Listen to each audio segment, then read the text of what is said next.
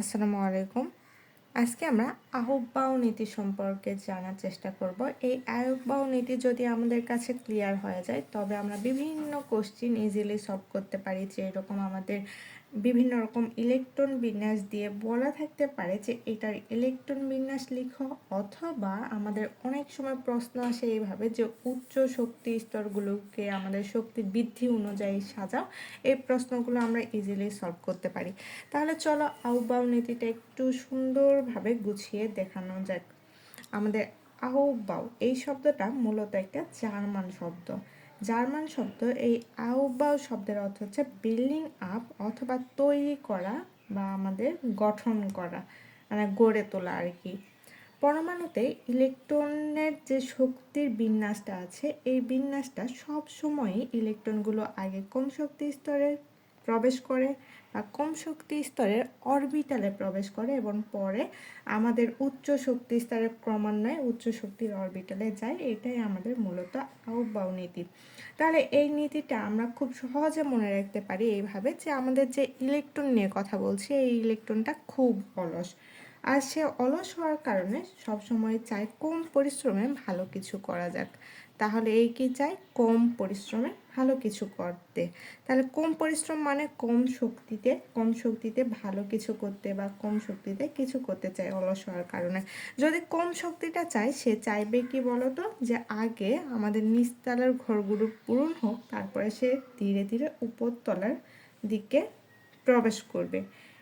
এই তলা বা শক্তি মাপার একটা ফিতা রয়েছে, সেই ফিতার নাম হচ্ছে আমাদের M+L এর নিয়ম। এই সব কিছু নিয়েই আমাদের আহ্বাও নীতি। তাহলে চলো আহ্বাও নীতির সংজ্ঞাটা একটু দেখে নেই। আহ্বাও নীতির যে সংজ্ঞাটা রয়েছে সেটা হচ্ছে পরমাণুতে বিদ্যমান, আমাদের যে কোনো পরমাণু হতে পারে, সেই পরমাণুতে বিদ্যমান ইলেকট্রনগুলো প্রথমে নিম্ন শক্তি স্তর বা নিম্ন শক্তিমাত্রার অরবিটালে অবস্থান গ্রহণ করবে এবং পরে ক্রমান্বয়ে উচ্চতর শক্তিমাত্রার অরবিটালে স্থান গ্রহণ করবে। মানে ধীরে ধীরে স্টেপ বাই স্টেপ সে উচ্চতর শক্তি স্তরে প্রবেশ করবে। এটাকে যদি আমরা একটা সিঁড়ির সাথে তুলনা করি, ধরে নাও যে আমরা যখন সিঁড়িতে উঠবো তখন আমরা কি করি, নিচের দিকে পা দিই। নিচের দিকে পা দেওয়ার পরে ধীরে ধীরে আমরা উপরের স্তরের দিকে গমন করি। এটাই হচ্ছে আমাদের আহ্বাও নীতি। তাহলে ধরে নাও যে আমাদের এখানে একটা স্টেপ বাই স্টেপ দেখি, একটা ফ্লো চার্টের মাধ্যমে আমাদের বিভিন্ন রকম শক্তি স্তর থাকে, ইলেকট্রনের বিভিন্ন শক্তি স্তর থাকে। এই ইলেকট্রনগুলো আমরা কিভাবে সাজাই? প্রথমে আমরা প্রথম শক্তি স্তরে যাই এবং প্রথম শক্তি স্তরে কয়টি ইলেকট্রন আছে, দ্বিতীয় শক্তি স্তরে কয়টি ইলেকট্রন আছে, আবার এই যে আমাদের ইলেকট্রনগুলো দ্বিতীয় শক্তি স্তরের আবার কয়েকটা উপশক্তি স্তর আছে, এই উপশক্তি স্তরে আমাদের ইলেকট্রনগুলো কোথায় কিভাবে অবস্থান করবে সেগুলো আমরা কথা বলি। তাহলে দেখো যে আমাদের একটা বিল্ডিং নিয়ে কথা বলি। এই বিল্ডিংয়ের এখানে রয়েছে একতলা, উপরে রয়েছে দ্বিতীয় তলা, তারপরে রয়েছে তৃতীয় তলা। তাহলে একতলায় আমাদের দুইটা রুম আছে বা একটা রুম থাকতে পারে অবশ্যই। ধরে নাও যে একতলায় একটা রুম আছে, তাহলে এই যে একতলা যেটা বললাম সেটা আমাদের প্রথম শক্তি স্তর, প্রথম শক্তি স্তর। তারপরে দ্বিতীয় তলায় এইটা আমাদের দ্বিতীয় শক্তি স্তর, তৃতীয় তলা অবশ্যই তৃতীয় শক্তি স্তর হবে, চতুর্থ তলা চতুর্থ শক্তি স্তর হবে। আবার দেখো এই একতলায় একটা রুম রয়েছে, এই রুমকে আবার বিভিন্ন নামে আমরা দেখতে পারি। আমাদের রুম সংখ্যাকে আমরা দেখতে পারি এস, পি, ডি এবং এফ। এখন এস অরবিটালে, প্রতিটা অরবিটালে আমাদের দুইটা করে ইলেকট্রন থাকতে পারে। আবার যেরকম আমাদের অরবিটালে দুইটা করে ইলেকট্রন থাকতে পারে, তাহলে ইলেকট্রন সংখ্যা যদি বলি, এস অরবিটালে ইলেকট্রন থাকে দুইটা, পি অরবিটালে 6টা, ডি অরবিটালে থাকে 10টা এবং এফ অরবিটালে 14টা। এই যে দুইটা করে বললাম, তারপরে 6টা, 10টা, 14টা কীভাবে আসলো, তাই না? তাহলে এগুলো হচ্ছে আমাদের অরবিটাল, মানে শক্তি স্তর। এই শক্তি স্তরের আবার উপশক্তি স্তর আছে, যে এরকম পি অরবিটালের উপশক্তি স্তর হচ্ছে পি এক্স, পি ওয়াই এবং পি জেড। পি জেড, এই পি এক্সে থাকে দুইটা ইলেকট্রন, পি ওয়াইয়ে দুইটা ইলেকট্রন, পি জেডে দুইটা ইলেকট্রন। এভাবে ইলেকট্রনগুলো আমাদের স্থানান্তরিত হয়।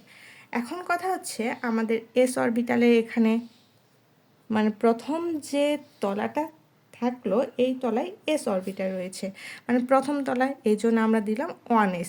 দ্বিতীয় তলায় আমাদের দুইটা কক্ষ রয়েছে, তাহলে এখানে ধরে নিলাম পি এস এবং পি। তাহলে দ্বিতীয় তলায় আমরা দিব 2s এবং 2p। তৃতীয় তলায় আমাদের তিনটা কক্ষ রয়েছে, তাহলে এস থাকবে, পি থাকবে এবং ডি থাকবে, মানে রুম রয়েছে, যাই হোক 3s 3p এবং 3d। চতুর্থ তলায় আবার আমাদের চারটা রুম রয়েছে, এদেরকে আমরা ডাকবো এস, পি, ডি এবং এফ। তাহলে 4s 4p 4d এবং 4f। এই যে দেখো, এটুকু আমাদের কাছে ক্লিয়ার হইল যে আমাদের 1s 2s 2p 3s এইভাবে আমরা ক্রমান্বয়ে উপরের দিকে স্থানান্তরিত হই। এখন আমাদের একটা নিয়ম আছে, সেটা হচ্ছে n+l এর নিয়ম অনুসারে আমরা আহ্বায়ক নীতিকে সাজাইলাম, তাই না? যখন আমরা n+l এর নিয়মটা বলছি, এখন n এবং l এই জিনিসটা কি? n হচ্ছে আমাদের প্রধান শক্তি স্তর, যেটাকে আমরা প্রধান কোয়ান্টাম সংখ্যা নামে পরিচিত করি, প্রধান কোয়ান্টাম সংখ্যা। এবং এল দ্বারা আমরা বুঝি সহকারী কোয়ান্টাম সংখ্যা।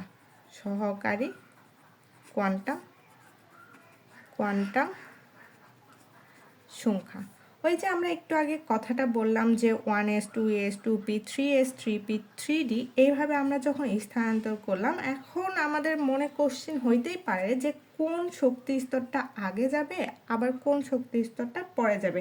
মানে আমাদের শক্তি স্তরের বিন্যাস তো করতে হবে, যখন আমরা একটা ইলেকট্রন বিন্যাস করি তখন আমাদের শক্তি স্তরে বিন্যাস করতে হয়। তার আগে আমরা একটা ফ্লো চার্ট দেখার চেষ্টা করি। দেখো, n+l এর নিয়মটা দেখব, তারপরে ফ্লো চার্ট দেখব, তারপরে আমরা ক্লিয়ার হব আহ্বায়ক নীতি সম্পর্কে। তাহলে এই যে আমাদের n+l, এখানে n প্রধান কোয়ান্টাম সংখ্যা এবং l হচ্ছে সহকারী কোয়ান্টাম সংখ্যা, এই দুইটা সমষ্টি আমাদের অরবিটালের শক্তি নির্ধারণ করে। কিভাবে নির্ধারণ করে? এই যে আমাদের n এর মান, আমরা একটু আগে বললাম যে s, p, d এবং f, এটা তো আমাদের এক একটা শক্তি স্তর, তাই না? আর n এর মান দ্বারা আমরা কোনটা বুঝি? যখন আমাদের ধরে নাও যে 1s আসে, মানে এই যে প্রধান কোয়ান্টাম সংখ্যার মান হচ্ছে 1, যখন 2s থাকবে তখন প্রধান কোয়ান্টাম সংখ্যার মান 2। আবার যদি 4s থাকে বা 4p থাকে অথবা 4d ধরে নিলাম যে 4d ইলেকট্রন আছে, মানে আমাদের প্রধান যে কোয়ান্টাম সংখ্যা, এই কোয়ান্টাম সংখ্যার মান হচ্ছে 4, মানে প্রধান কোয়ান্টাম সংখ্যার মান 4। এখন এল এর মানটা আমরা কোথায় থেকে বের করব? এল এর মানটা আমাদের সবসময় নির্দিষ্ট একটা মান থাকে। নির্দিষ্ট মান বলতে কি বোঝায়? এস এর জন্য যখন এস অরবিটালে ইলেকট্রন থাকবে তখন এল এর মান হচ্ছে 0, যখন পি অরবিটালে ইলেকট্রন থাকবে তখন আমাদের এল এর মান 1, আবার যখন ডি অরবিটালে ইলেকট্রন থাকে তখন এল এর মানটা হচ্ছে 2, আবার এফ অরবিটালে যখন ইলেকট্রন থাকে তখন এল এর মান 3। এই মানগুলো আমাদের মুখস্থ মান, এগুলো আমাদের সবসময় কাজে লাগে, তোমরা একটু মুখস্থ করার চেষ্টা করবা। তাহলে দেখো, যখন আমাদের এন এর মান মানে প্রধান কোয়ান্টাম সংখ্যার মান ছিল 4, তারপরে আমাদের সহকারী কোয়ান্টাম সংখ্যা, সহকারী যদি 1s ধরি বা আমরা যদি 4s অরবিটালের কথা চিন্তা করি, তাহলে আমাদের এল এর মানটা কত হবে? 0 হবে। মানে আমাদের মূলত সমষ্টিটা আসছে 4, মানে আমাদের 4 অরবিটালটা আগে প্রবেশ করবে, মানে 4 শক্তি স্তরটা আগে প্রবেশ করবে, 4s বা 4p। এখন দুইটা মানে একটা দ্বারা তো আমরা আইডেন্টিফাই করতে পারি না, তাই না? তাহলে আমরা 4s এর কথা বললাম যে 4s এ আমাদের মানটা কত আসলো? 4। এখন যদি 4p এর কথা বলি যে আমাদের 4s আগে যাবে না 4p আগে যাবে, এই কথাটা যদি আমরা চিন্তা করি তাহলে দেখো যে আমাদের 4 তো এই প্রধান কোয়ান্টাম সংখ্যার মান নির্দিষ্ট, কিন্তু p এর মান যখন l এর মানটা, মানে আমরা n+l এর নিয়ম করছি, তাই না? তাহলে এই যে n এর মান তো আমরা 4 পাইলাম, l এর মান কত পারবো? l এর মান আমাদের আগেই বললাম যে l এর মানটা হবে 1, মানে আমাদের সমষ্টি আসছে 5। তাহলে 4s এবং 4p এর আগে জন্য কে আগে প্রবেশ করবে, কে পরে প্রবেশ করবে? অবশ্যই 4s আগে প্রবেশ করবে, কারণ 4s এ n+l এর নিয়মে অনুসারে n+l এর মানটা কম হওয়ার কারণে সে আগে প্রবেশ করবে এবং তারপরে আমাদের 4p প্রবেশ করবে। এখন আমাদের অনেক সময় প্রশ্ন আসে এইরকম যে আমাদের 4s এবং 3d এই দুইটাই মধ্যে কোন ইলেকট্রনটা আগে প্রবেশ করবে, মানে কোন শক্তি স্তরটা আগে প্রবেশ করবে এবং কোনটা পরে প্রবেশ করবে। আগে আমরা একটু জেনে নেই যে ইলেকট্রন বিন্যাস মানে আমাদের শক্তির ক্রমটা কিভাবে সাজানো যায়। আরও একটা নিয়ম আছে, সেটা হচ্ছে ফ্লো-চার্ট নিয়ম। ফ্লো-চার্টটা কীরকম একটু দেখে নাও, যে আমাদের ফার্স্টে কি ছিল 1s, তারপরে ছিল 2s। এটা সহজে আমরা এখানে দেখানোর চেষ্টা করি। দেখো আমাদের আউটবাউন্ড নীতি যখন আমরা দেখব তখন একটু এই জিনিসটা আমাদের জেনে রাখা দরকার, বা শক্তি ক্রম অনুসারে আমরা যখন ইলেকট্রন বিন্যাস করব সেটা যখনই হোক আমাদের এই নিয়মটা লাগবে। তাহলে আমাদের 1s 2s 2p মানে আমাদের দ্বিতীয় শক্তি স্তরে কে থাকে 2s থাকে এবং 2p থাকে। তৃতীয় শক্তি স্তরে কে থাকে, তৃতীয় শক্তি স্তরে 3s থাকে, 3p থাকে, 3d থাকে। চতুর্থ শক্তি স্তরে কারা থাকে 4s থাকে, 4p থাকে, 4d থাকে, 4f থাকে। আমাদের এই যে মানগুলো s, p, d এবং f এগুলো নির্দিষ্ট। এখন 5 বেলাতে কারা থাকবে, 5s থাকবে, 5p থাকবে, 5d থাকবে, 5f থাকবে। আবার আমাদের ষষ্ঠ শক্তি স্তর যেটা রয়েছে এখানেও আমাদের 6s, 6p, 6d এবং 6f। এখন কোনটা আগে প্রবেশ করবে দেখো, আমরা এটা তীর চিহ্নের মাধ্যমে বোঝানোর চেষ্টা করি। আমাদের আউটবাউন্ড নীতি অনুসারে যে শক্তি স্তরের ক্রম, ফার্স্টে আমাদের 1s প্রবেশ করবে, তাহলে লিখে ফেলি যে 1s। তারপরে দেখো এই তীর চিহ্ন যাচ্ছে 2s এর দিকে, তাহলে আমাদের তারপরে যে প্রবেশ করবে সেটা হচ্ছে 2s। তাহলে 1s 2s, তারপরে কে প্রবেশ করবে, এই যে এখান থেকে 2p, তারপরে প্রবেশ করবে 3s, তারপরে আমাদের আছে 3p 4s, তারপরে 3d 4p 5s। তারপরে এইভাবে আমাদের ক্রমগুলো নির্ধারণ করা হয় তীর চিহ্নের মাধ্যমে। 4f 5d 6p, 5f 6d, তারপরে 6f। তাহলে শক্তির যে ক্রম অনুসারে আউটবাউন্ড নীতি অনুসারে শক্তির বিন্যাসটা কীরকম, 1s 2s, তারপরে 2p 3s, 3p 4s, 3d 4p, 5s, 3d 5p, 4d 6s 5p, তারপরে 4f 5d 6p। তাহলে লিখে ফেলি আমাদের শক্তির ক্রমটা 1s 2s 2p 3s 3p 4s 3d 4p 5s 4d 6s। এই পর্যন্তই আমরা লিখে রাখলাম, কারণ এই পর্যন্তই মূলত আমাদের কাজে লাগে, তারপরের অংশটুকু আমাদের তেমন কাজে লাগে না। তাহলে আমাদের শক্তির ক্রম তো আমরা বুঝলাম যে 1s 2s 2p 3s 3p 4s 3d 4p 6s 4d 6p 6s এইভাবে চলতেই থাকবে যতক্ষণ না অবধি আমাদের শেষ হয়। দেখো এখন কথা হচ্ছে আমাদের এখান থেকে বিভিন্ন রকম কোশ্চেন আসে। কোশ্চেনটা কীরকম আসে, আমরা যদি একটু চিন্তা করি যে আমাদের দুইটা ইলেকট্রন বিন্যাস করব, মানে দুইটা ইলেকট্রন বিন্যাস করব, হতে পারে দুইটা মৌলের ইলেকট্রন বিন্যাস করব। মৌল দুইটার মধ্যে ধরে নিলাম যে আমাদের একটা মৌল হচ্ছে পটাশিয়াম, আরেকটা মৌল স্ক্যান্ডিনিয়াম। তাহলে পটাশিয়ামের কয়টা ইলেকট্রন থাকে, পটাশিয়ামের ক্ষেত্রে কে, এটার ইলেকট্রন সংখ্যা আমাদের 19টা।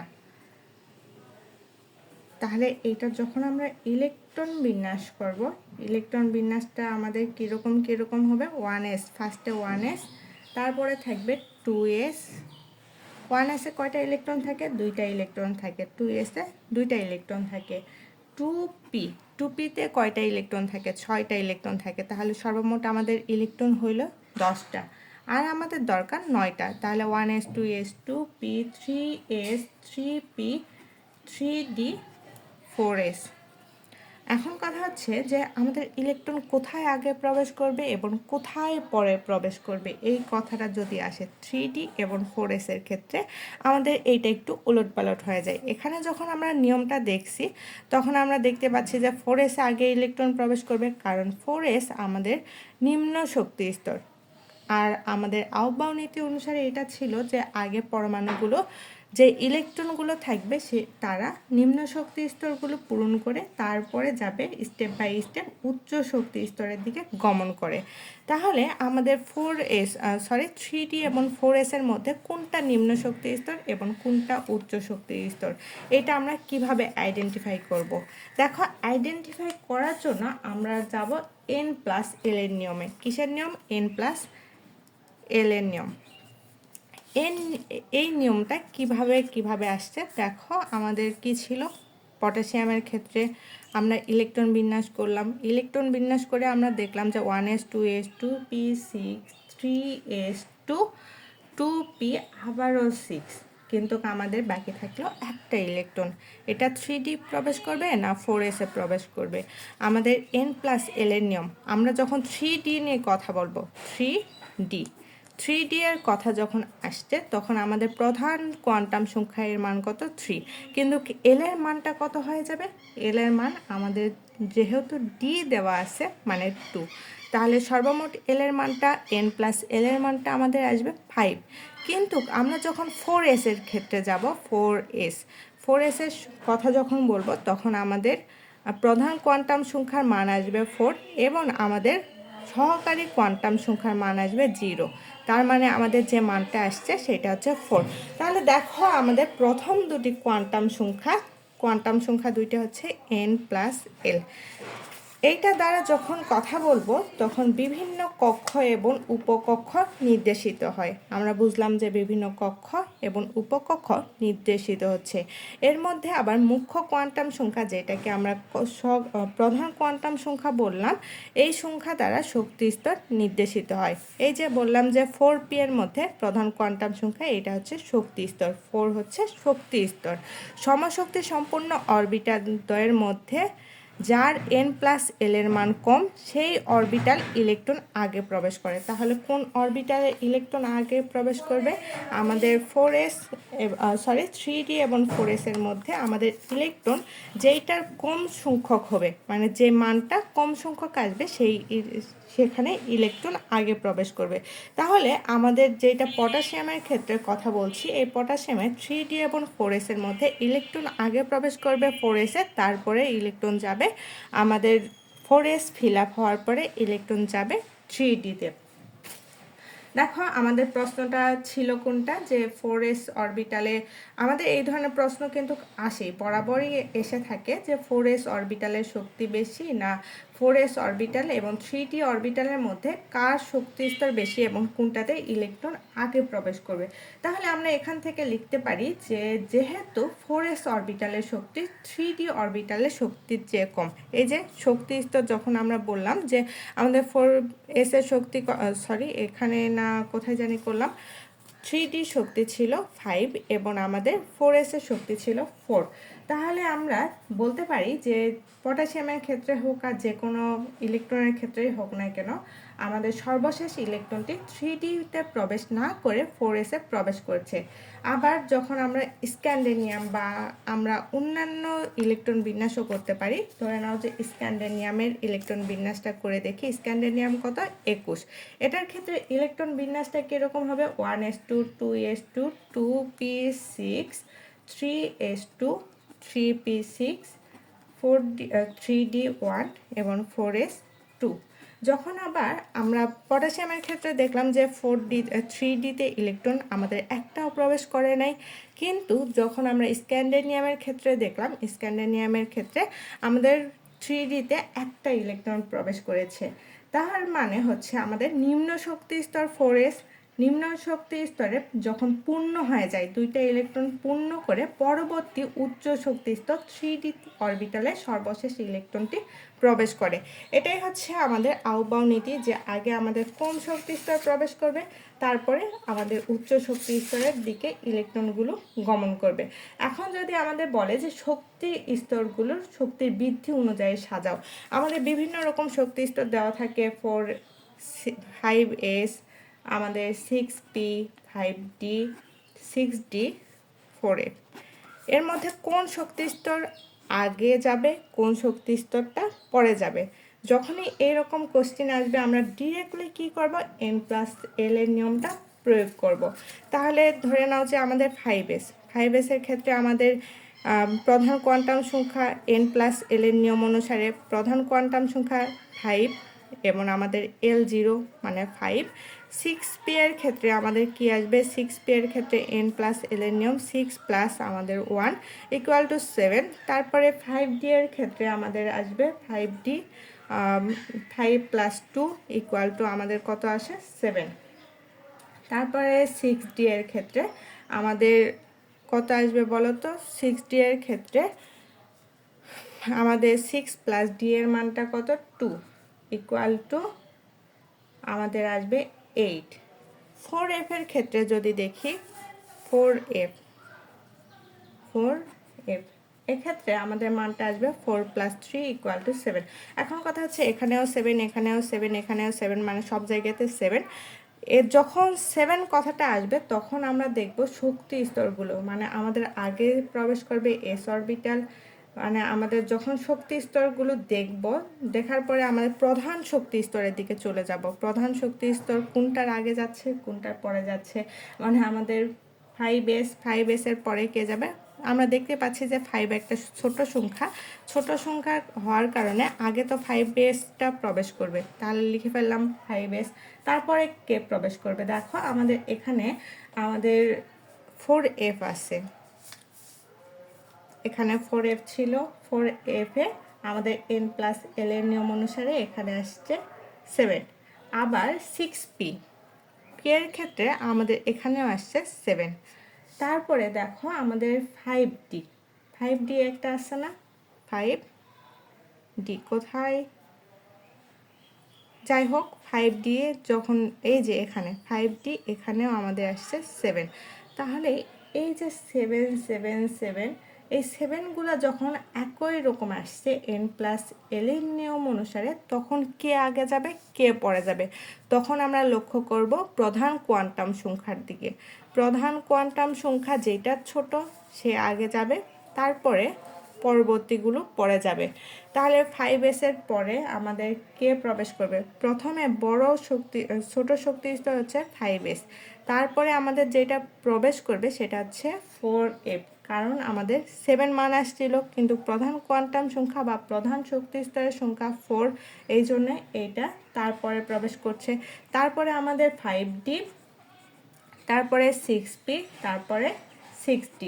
এই হচ্ছে আমাদের শক্তিক্রম তালিকাটা দেওয়া হইল। এখন আরেক ধরনের প্রশ্ন আসে যে ইলেকট্রন বিন্যাস। আমরা ইলেকট্রন বিন্যাস সম্পর্কেও আউবাউ নীতি এই জায়গাতে একটু বুঝে নেই, যে যখন আমাদের ইলেকট্রন বিন্যাস করতে বলবে তখন আমরা কিভাবে ইলেকট্রন বিন্যাস করতে পারি। দেখো ধরে নাও যে অক্সিজেনের ক্ষেত্রে ইলেকট্রন বিন্যাস দিল, অক্সিজেন কত, এটা তো আমাদের জানাশোনা একটা মৌল, অক্সিজেন 8। তাহলে এইটার ইলেকট্রন বিন্যাস যেটা হবে, ইলেকট্রন বিন্যাস হচ্ছে 1s2 2s2 2p4। তার মানে ইলেকট্রন বিন্যাসটা কোথায় থেকে আসছে, ওই যে আমরা যে ফ্লোচার্ট আকারে একটা শক্তি স্তর ক্রম দেখেছিলাম 1s 2s 2p 3s, এই ফ্লোচার্ট থেকে আমাদের শক্তির যে ক্রমটা, এখান থেকে আমরা ইলেকট্রন বিন্যাস করছি। তারপরে আমাদের সোডিয়ামের ক্ষেত্রে সোডিয়াম, এটার ক্ষেত্রে ইলেকট্রন বিন্যাসটা 11, মানে আমাদের ইলেকট্রন বিন্যাস আসবে 1s2 2s2 2p6 3s1। এই যে আমাদের শক্তির ক্রমগুলো শুধুমাত্র আমরা জেনে নিচ্ছিলাম, আর আমাদের যে মানটা ছিল, এস এর জন্য আমাদের ইলেকট্রন প্রবেশ করে 2টা, পি এর জন্য ইলেকট্রন 6টা, আমাদের ডি এর জন্য ইলেকট্রন থাকে 10টা, এফ এর জন্য ইলেকট্রন থাকে 14টা। এই মানগুলো আমাদের মুখস্থ রাখতে হবে, আর আমরা ইলেকট্রন বিন্যাসের ক্রম অনুসারে মানে আউবাউ নীতি অনুসারে যে ক্রমটা দেওয়া ছিল সেই ক্রম অনুসারে ইলেকট্রনগুলো আমরা ধীরে ধীরে ধীরে ধীরে প্রবেশ করাবো এক এক করে। যদি আমাদের এখন বলে কপারের ক্ষেত্রে ইলেকট্রন বিন্যাস, আমাদের প্রশ্ন অনেক সময় থাকে যে আমরা একটা যৌগ দিয়ে থাকে একটা মৌল দিয়ে থাকে, বলতে পারে যে এটার ইলেকট্রন বিন্যাস করো। যে কোনো মৌল দিয়ে থাকতে পারে এবং বলতে পারে যে এইটার ইলেকট্রন বিন্যাস করো। তাহলে ইলেকট্রন বিন্যাস কিভাবে করব? এই যে এই নিয়ম অনুসারে আমাদের শক্তির ক্রমটা দেওয়াই আছে, আর আমরা ইলেকট্রন বিন্যাস ওই যে 2, 6, 10 এবং 14 এই নিয়ম অনুসারে ডিরেক্টলি ইলেকট্রন বিন্যাস করে দিব। তাহলে আরেকটা সর্বশেষ মৌলের ইলেকট্রন বিন্যাস করি, যে কপার, এটার ইলেকট্রন বিন্যাস হচ্ছে 29, ইলেকট্রন রয়েছে 29টি। তাহলে আমাদের এটার ইলেকট্রন বিন্যাস হবে 1s2, 2s2, 2p6, 3s2, 3p6, 3d10 এবং আমাদের 4s1। এই হচ্ছে আমাদের ইলেকট্রন বিন্যাস। আর সব কিছু মিলিয়ে যেটা দাঁড়াইলো সেটা আমাদের আহুবাউ নীতি। তাহলে আহুবাউ নীতি অনুসারে আমাদের কি দেওয়া থাকে বলতো, যে পরমাণুতে ইলেকট্রনগুলো আগে কম শক্তি স্তরে প্রবেশ করবে এবং পরে আমাদের উচ্চতর শক্তি স্তরে প্রবেশ করবে। এবং তারপরে যেটা রয়েছে সেটা হচ্ছে প্রথম দুটি কোয়ান্টাম সংখ্যা নিব n এবং l, এই দুইটা শক্তি স্তরে যেটা আছে মানে প্রধান শক্তি স্তর এবং আমাদের গৌণ শক্তি স্তর, এই সমশক্তি সম্পূর্ণ অরবিটাল দ্বয়ের মধ্যে যার n+l এর মান কম হবে সেই অরবিটাল আমাদের ইলেকট্রন আগে প্রবেশ করবে এবং তারপরেরটা পরে প্রবেশ করবে। এবং আমরা এই নীতি অনুসারে যে আহুবাউ নীতি আছে, এই আহুবাউ নীতি অনুসারে আমরা যখন শক্তি স্তরের ক্রমটা নিয়েছিলাম, ক্রমটা ভিন্ন ভিন্ন হয়, যা আমরা নিম্নরূপ চিত্র বা ডায়াগ্রাম হতে বুঝতে পারি খুব সহজে। আমাদের আহুবাউ নীতি অনুসারে একটা ডায়াগ্রাম দেওয়া আছে এবং শক্তি স্তরের বিন্যাস যখন করেছি তখন দেখলাম যে এই শক্তি স্তরের বিন্যাসটা নিম্নরূপ হয় 1s, 2s, 2p, 3s, 3p, 4s, 3d, 4p, 5s, 4d। আর সব কিছু মিলিয়ে আমাদের দাঁড়াইলো আহুবাউ নীতি। আসসালামু আলাইকুম।